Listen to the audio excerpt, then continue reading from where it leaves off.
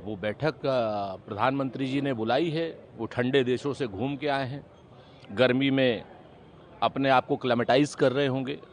हो सकता है मेलोडी जो खाई है इटली में, उसका कुछ रसास्वादन करने के बाद वो अपने साथियों को बताना चाहते हो कि क्या मामला हुआ है, क्या नहीं हुआ है, और वहाँ इटली से कौन सा जो है उन्हें तोहफा मिला है।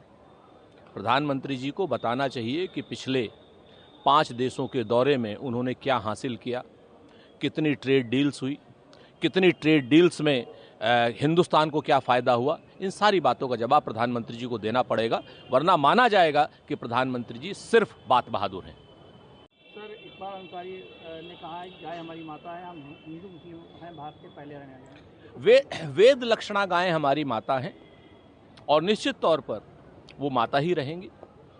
भारतीय जनता पार्टी के सरकारों को जवाब देना होगा कि असम में यम्मी क्यों कहते हैं, उत्तर प्रदेश में माँ कहेंगे, बंगाल में माँ कहेंगे, मध्य प्रदेश में माँ कहेंगे, गोवा में उसको खिलाने की बात करेंगे, अरुणाचल में खिलाने की बात करेंगे। किरण रिजिजू गाय माता को खाता है, पेमा खांडू गाय माता को खाता है, और भारतीय जनता पार्टी वाले गाय के नाम पर लोगों की हत्याएं करते हैं।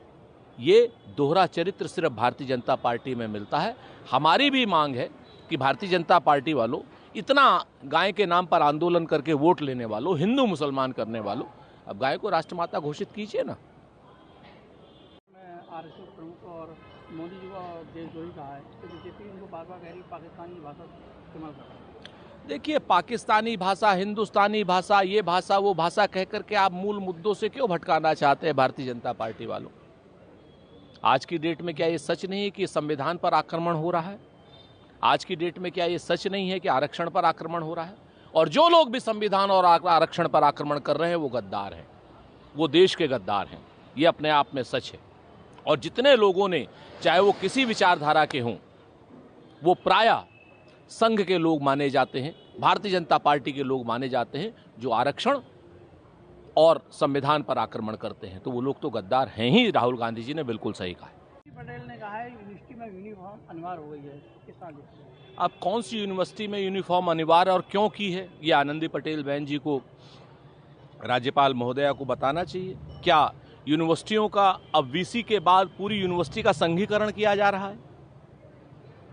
क्या यूनिवर्सिटी के जो छात्र छात्राएं हैं उनको अपनी आज़ादी से वंचित किया जा रहा है? इन सारी बातों का जवाब शिक्षा विभाग को देना चाहिए, शिक्षा मंत्री को देना चाहिए, राज्यपाल महोदया को देना चाहिए और वीसी को देना चाहिए। प्रायः जो यूनिफॉर्म्स होती हैं वो इंटरमीडिएट तक के बच्चों के लिए होती हैं।